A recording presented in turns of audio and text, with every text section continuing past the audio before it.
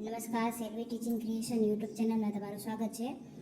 આજે આપણે ધોરણ 7ના પાઠ 11માં ઘાત અને ઘાતાંકમાં ગાલા સ્વાધ્યાય પોથીમાં પ્રશ્ન 5 ઘાત સ્વરૂપે લખો તેનું અને આગળના સ્વાધ્યાયનું સોલ્યુશન જોશું.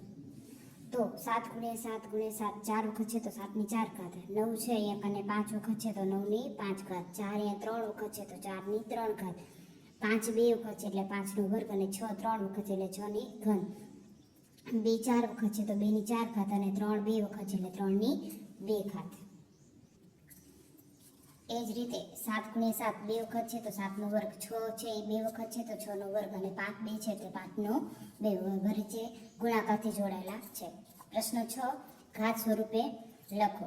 ઘાત સ્વરૂપે આપણે લખવું હોય તો 512 છે એ આપણે કેને ઘાતથી શોધી શકીએ. જો આપણે લસાની રીતથી કરીએ તો આપણે ઇઝીલી ખબર પડી શકે કે કેટલા હશે. તો જો પાછળની બેકી સંખ્યા છે એટલે 2 થી ચાવી હાલે, 2 થી કરીએ એટલે 256, 128 તો 256, 54 દુ 128, 32 દુ 64, સોરી 64 દુ 128, 32 દુ 64, 16 દુ 32, 8 દુ 16, 4 દુ 8. એવી રીતે આપણે ચાવી લઈ શકીએ છીએ અને બંને એટલા ડાયરેક્ટલી ભાગાકાર કરીને પણ થઈ શકે કે 2 દુ 4 એક વધ્યો હોય 11 થયો એટલે 2 5 10 વળી એક વધ્યો એટલે 12 થયા એટલે 2 6 12. એવી રીતે પણ આપણે સોલ્વ કરી શકીએ કે 12 દુ 24 એટલે એક વધ્યો અને 16 થાય એટલે 2 8 16, 12 છે તો 2 6 12 અને 2 4 8, 2 તેરી 6, 2 દુ 4. એવી રીતે કરીને કટ કરો તો મળે. તો અહીંયા 2 છે એ આપણે 9 વખત મળે છે એટલે 2 ની 9 ઘાત. એવી જ રીતે 343 છે અને કેની ઘાત હોઈ શકે તો 7 ની 3 ઘાત થાય. પણ કઈ રીતે? પાછળ એકી સંખ્યા છે તો યાદ રાખવું કે 3 અને 7 ને બહુ લેવા દેવા હોય છે. એટલે કે 3 અને 7 એકબીજાના પાડામાં આવી શકે. 7ના પાડામાં લઈએ તો 7 9 63 થાય અને જો 3ના પાડામાં જાય તો 3 9 27 એટલે પાછળ એકમનો અંક આપણે 7 મળી શકે. તો આપણે 7 થી એને જો ભાગાકાર કરવા મળે તો 49 × 7 કરીએ એટલે 343, 7 7 49 ને 7 એકા 7 મળે એટલે કે 7 3 વખત મળે છે. 10,000 છે એટલે કે આપણે ઇઝીલી આપણે કરવાની જરૂર પણ ના પડે, ખબર પડી જાય કે પાછળ 4 મીંડા છે તો 10 ની 4 ઘાત થશે. 32 બરાબર 2 ની કેટલી ઘાત તો કે 5. તો આપણે 2 × 2 × 2 ગુણ્યા કરીએ તો પણ આપણે ડાયરેક્ટ મળી જાય અને 32ના જો તમે અવિભાજ્ય રીતે ભાગ પાડો તો પણ તમને જવાબ એનો મળી જાય કે 2 × 16 દુ 32, 8 દુ 16, 4 દુ 8, 2 દુ 4 અને 2 એકા 2. એવી રીતે 243 છે કે 243 ને પણ 3 5 વખત ગુણે, 3 છે 5 વખત મળે એટલે એનો ગુણાકાર થાય એટલે કે 243 થાય.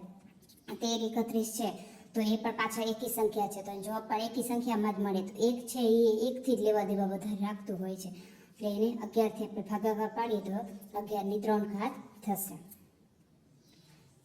એ જ રીતે પ્રશ્ન 7 અવિભાજ્ય અવયવો પાડીને ઘાત સ્વરૂપમાં લખો. અવિભાજ્ય અવયવો આવી રીતે જ પડાય. 648 છે તો પાછળ 8 છે એ બેકી સંખ્યા છે તો 2 થી ચાવી ચાલે તો 2 થી ભાગ કરીએ 2 તેરી 6, 2 દુ 4 અને 2 ચોક 8.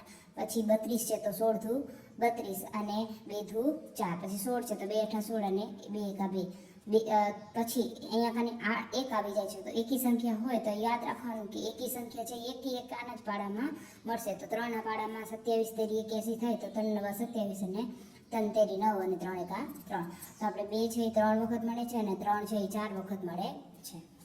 એવી રીતે 1000 છે તો 1000 પાસે 0 છે તો 0 છે એ 10ના અથવા કે 5ના ભાગમાં જ આવી શકે છે એટલે ખબર જ હોય.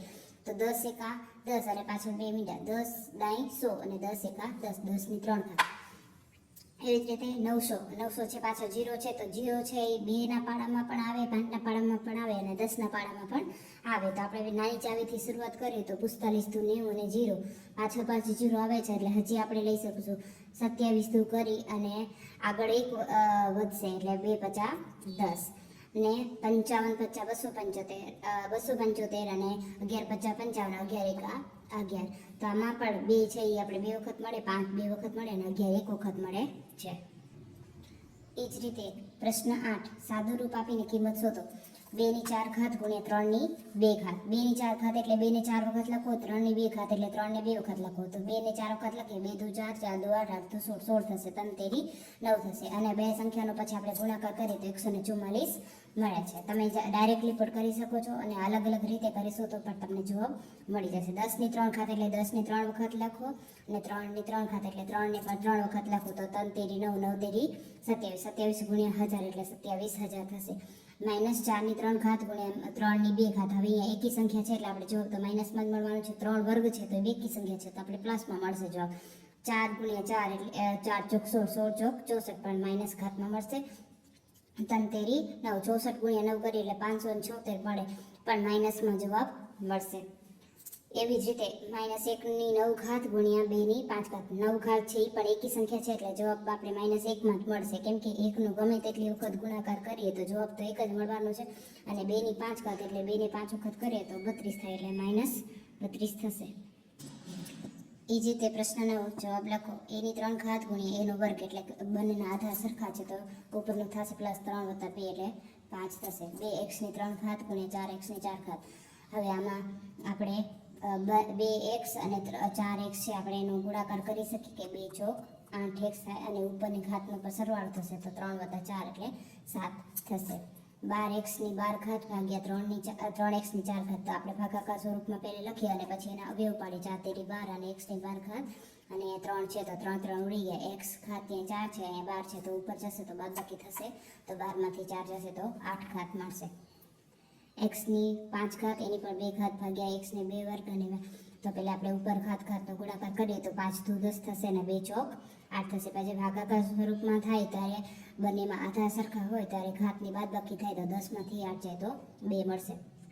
x નો વર્ગ અને y ની ઘન આખાનો વર્ગ ભાગ્યા xy. તો સૌપ્રથમ પહેલે ઘાતને આપણે ગુણાકાર કરી લઈએ તો 2 દુ 4 અને y ની એટલે 3 દુ 6 મળશે ભાગ્યા xy કરીએ. હવે જ્યારે બંનેમાં પાયો સરખો છે તો આપણે કેટલી વખત લખીએ છીએ? એક વખત. અહીંયા કાને એક પણ ઘાત દેખાતી નથી તો એક તો કુદરતી રીતે હોય જ, એટલે 4 માંથી 1 જાય અને 6 માંથી 1 જાય એટલે 5 અને 3 મળશે. એવી જ રીતે x ની 5 ઘાત ગુણ્યા x ની 3 ઘાત ભાગ્યા x નો વર્ગ. હવે ગુણાકાર હોય ત્યારે ઘાતનો સરવાળો થાય એટલે 5 ને 3 8, તો ભાગાકાર હોય ત્યારે એની બાદબાકી થઈ જાય એટલે 8 માંથી 2 જાય તો 6 મળે. x ની 3 ઘાત ગુણ્યા 5 ની 3 ઘાત બરાબર 15 થાય. તો બંનેના પાયા સરખા નથી પણ આધાર સરખો છે, તો આધાર સરખો છે તો એક જ વખત કોમન લઈ લેવાનો અને આધારનો ગુણાકાર કરી દેવાનો, કે 3 × 5 = 15 અને ઘાત એક જ વખત લઈએ એટલે 3.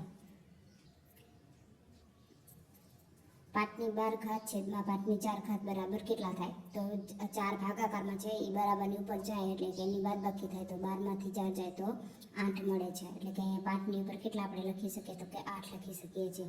5 ની 3 ઘાત ભાગ્યા 4 ની 3 ઘાત બરાબર આપણે કેટલા લખી શકીએ?